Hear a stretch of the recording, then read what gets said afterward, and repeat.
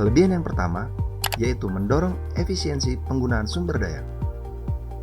Hukum pengembalian yang semakin berkurang membantu mendorong produsen untuk menggunakan sumber daya secara efisien.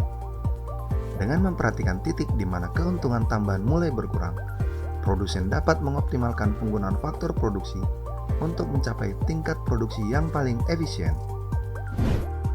Kelebihan yang kedua yaitu mendorong pemikiran strategis. Konsep The Law of Diminishing Return mendorong produsen untuk berpikir secara strategis tentang bagaimana cara untuk meningkatkan efisiensi dan produktivitas. Kita perlu mencari cara alternatif untuk mengatasi hukum pengembalian yang semakin berkurang, seperti inovasi teknologi, pengembangan keterampilan tenaga kerja, atau perubahan dalam pengaturan produksi. Kelebihan yang ketiga yaitu mempengaruhi pengambilan keputusan. Hukum pengembalian yang semakin berkurang dapat mempengaruhi pengambilan keputusan ekonomi yang lebih baik. Produsen dapat menggunakan konsep ini untuk menentukan tingkat optimal dari faktor produksi yang digunakan dalam produksi mereka. Hal ini membantu menghindari pemborosan sumber daya dan meningkatkan efisiensi.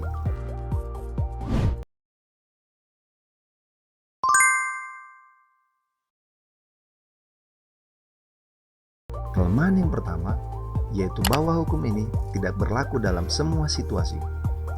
Hukum pengembalian yang semakin berkurang bukanlah prinsip yang mutlak berlaku dalam semua situasi. Terdapat pengecualian di mana faktor-faktor seperti inovasi teknologi atau peningkatan manajemen dapat mengatasi hukum ini dan memungkinkan peningkatan produksi yang lebih besar. Kelemahan yang kedua yaitu tidak mempertimbangkan faktor-faktor yang lain. Konsep ini tidak mempertimbangkan faktor-faktor eksternal yang dapat mempengaruhi produktivitas dan efisiensi produksi. Faktor-faktor seperti perubahan harga bahan baku, perubahan permintaan pasar, atau perubahan kebijakan pemerintah dapat memiliki dampak yang signifikan pada hasil produksi, namun tidak dipertimbangkan dalam hukum pengembalian yang semakin berkurang. Kelemahan yang ketiga yaitu tidak memberikan solusi jangka panjang.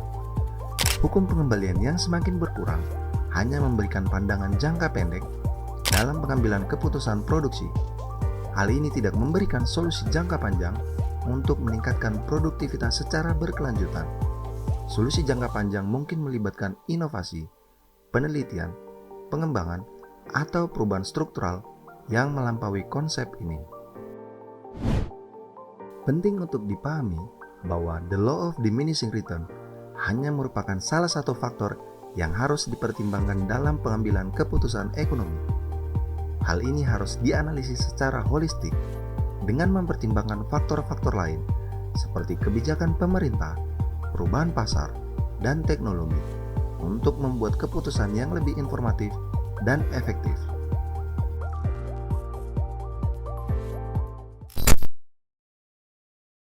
Demikian video kami kali ini, semoga bermanfaat. Jangan lupa share, like, komen, dan subscribe untuk mendukung channel kami. Sampai jumpa pada video kami berikutnya. Terima kasih.